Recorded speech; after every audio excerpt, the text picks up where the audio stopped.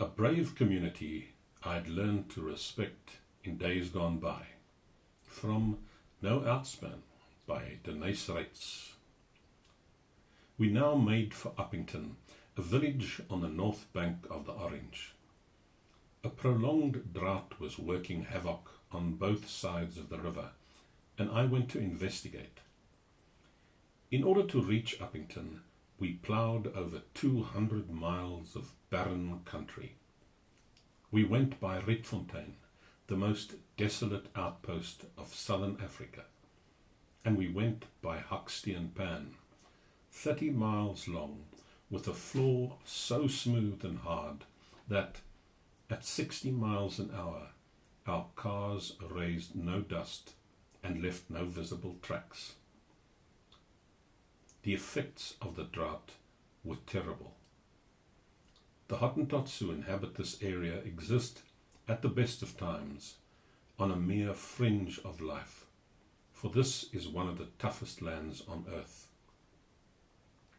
We found them living on locusts and roots and digging for ants. I asked one of them how they were faring, and he said in Afrikaans, "Sir, we Hottentots can live on wind and sun, but the whites are getting hell." The Orange River was a row of stagnant pools.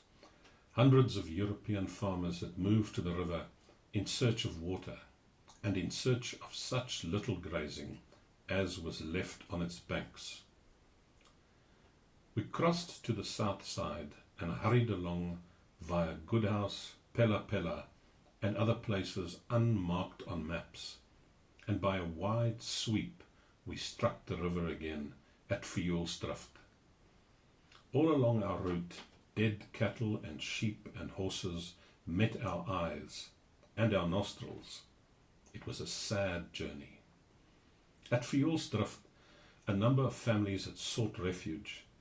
They had come from their stricken farms, for here, at any rate, there was water to drink, and such of their animals as were left to them could gain sustenance of a kind by feeding on the willows and on the reeds. When we came among them down a narrow gorge debouching on a river, they were nearing starvation. Wherever a tree was left, a whole family was camped for shelter, and like the Hottentots we had passed, they too were digging for ants and snaring jackals for food. They were a brave, hardy people, among whom I had lived in the days of the guerrilla war, and I knew their fine qualities. The menfolk had pathetically begun to dig a canal to bring what little water there was onto flat ground where they hoped to sow wheat and maize. But their levels were wrong, and a jutting crag had defeated their labours. Ruin was staring them in the face. I dispatched one of my cars to civilization, and in less than a fortnight engineers arrived, and within a month 300 men were at work, building a dam across the river and constructing a canal.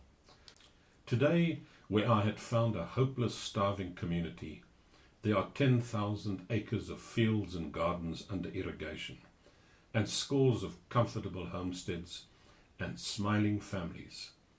It cost the taxpayer of the Union £90,000, but this settlement, conjured from the desert, is a tangible thing I have achieved. Later I received an artless address. It read, "Honourable Sir, we, the undersigned, render our thanks. You promised to help us, and we doubted, but the marks of your cars were still in the sand when your workmen arrived to build this dam, and now we are saved." There followed the signatures of many people. I was criticised in Parliament during the next session, but I had helped a brave community whom I had learned to respect in days gone by, and I have no regrets.